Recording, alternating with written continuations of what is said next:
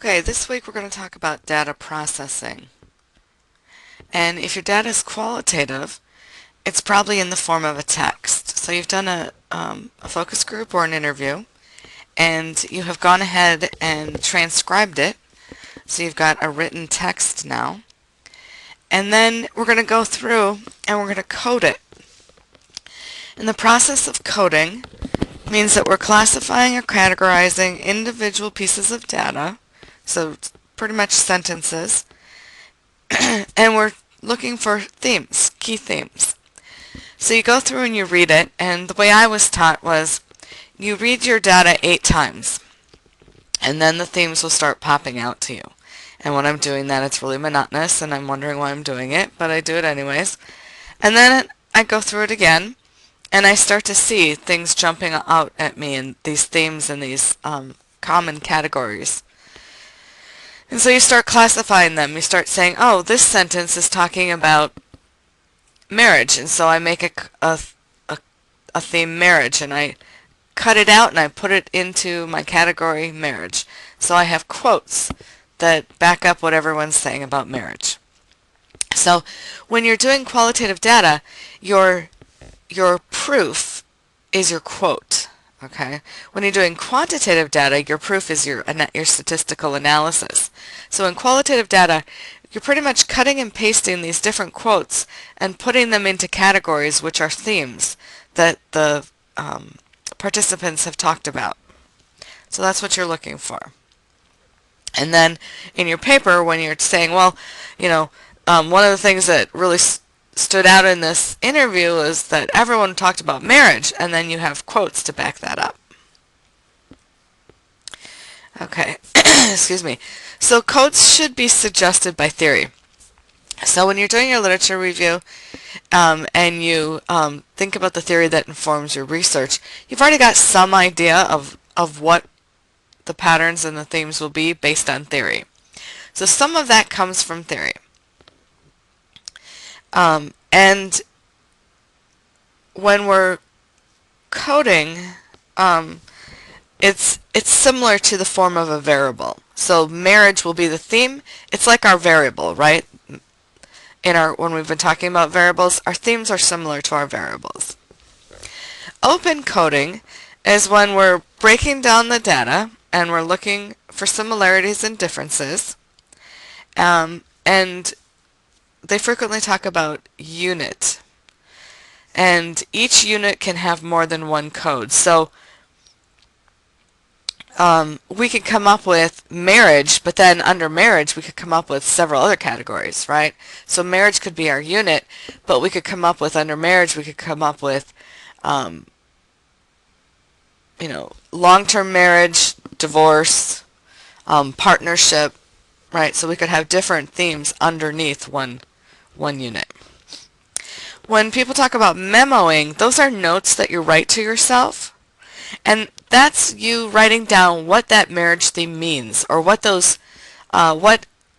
maybe partnership in your coding means. So you're taking notes, describing to yourself what it means, so that then you can talk about it in your paper.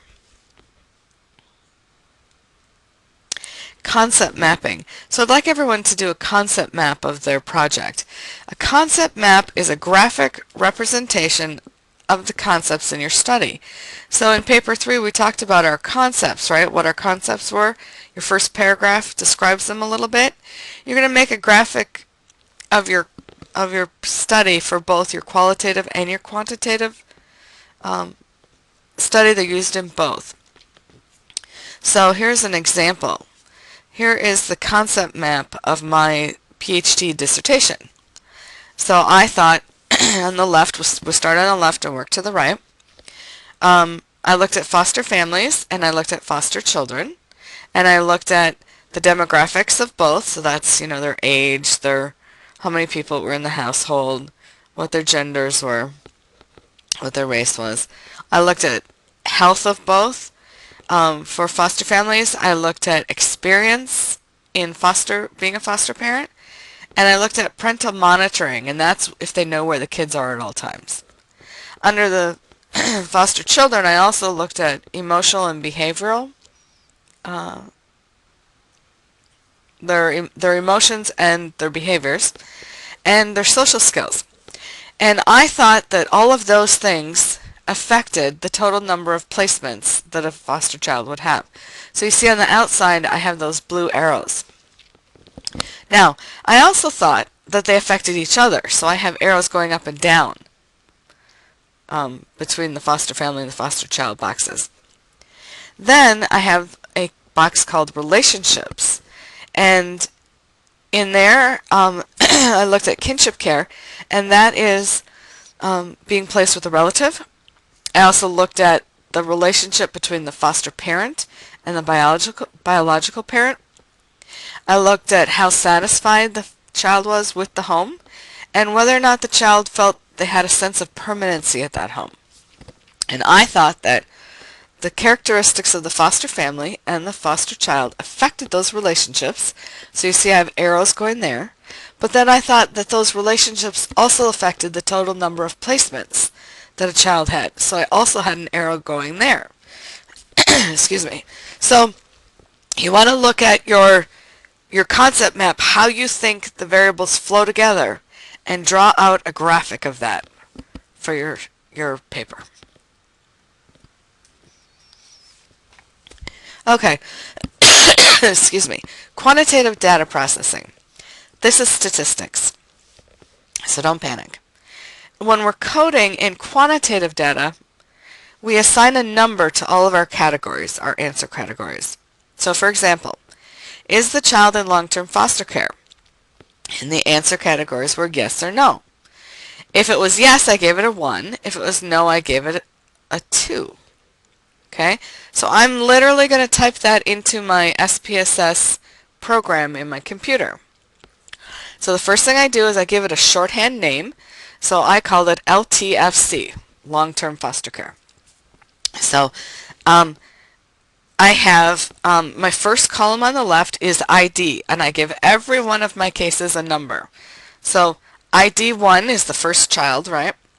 And then if you move to the right, we'll go to the different variables. The first variable is LTFC. And then we could have gone to the next one. It could have been gender. And the next one could have been age. Okay, so we're reading across. That's all the same child. So now we're going to read down. So LTFC. So the first child, I put a 1 in because, yes, they were in long-term foster care.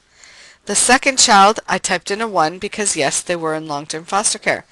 The third child, I typed a 2 in because, no, they were not in long-term foster care. So you're going to type in all of your data, just like this, into your SPSS or another software if you use it. Now, don't panic, we're not really doing this, but I want you to understand it so that you can decide what you would do if you were running this study. Okay, so you're going to make a code book. A code book is a document that describes your variables and lists the codes that apply to them. So in my code book I would say LTFC equals is the child in long-term foster care. 1 is yes and 2 is no.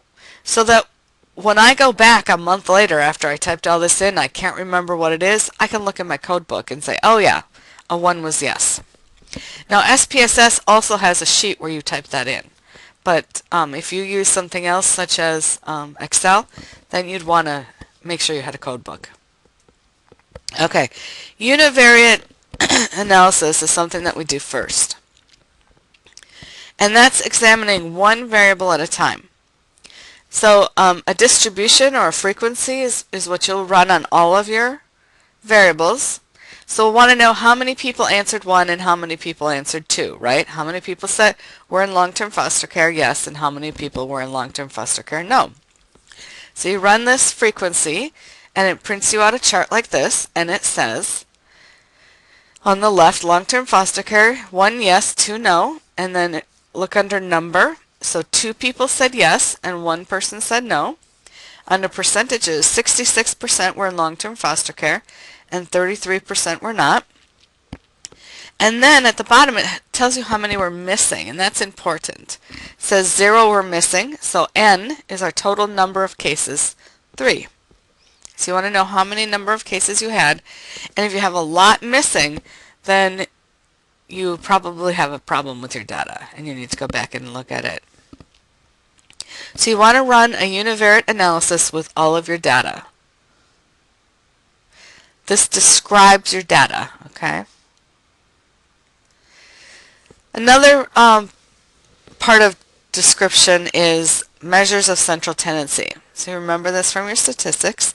The mean is the average, the mode is the most frequently chosen category, and the median is the value in the middle. Now, my variable here is a categorical variable.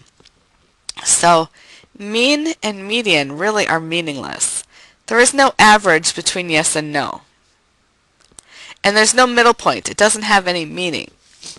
What is important in a categorical variable is the mode. So the most frequently chosen category was 1, or yes. Now if this were age, then these would all be meaningful. Age, the average age is important, and the middle age has some meaning, right? So continuous variables, all three of these are important, but in categorical variables, really only the mode has meaning. That's all you really want to present. Dispersion. If you remember from statistics, dispersion has range and the distribution. Range is the distance separating the lowest and the highest number. So in this case, my numbers are 1 and 2. So my distance is 1. My range is 1. And then you can make a curve, you can make a graph and find out what your curve is. For your normal distribution, a normal distribution has a bell curve. If it's skewed, we're going to have a lot on either the right or the left. Okay? And that's important to know when we do statistics later. Okay, I think at this point we'll stop, and the rest will be on our next video.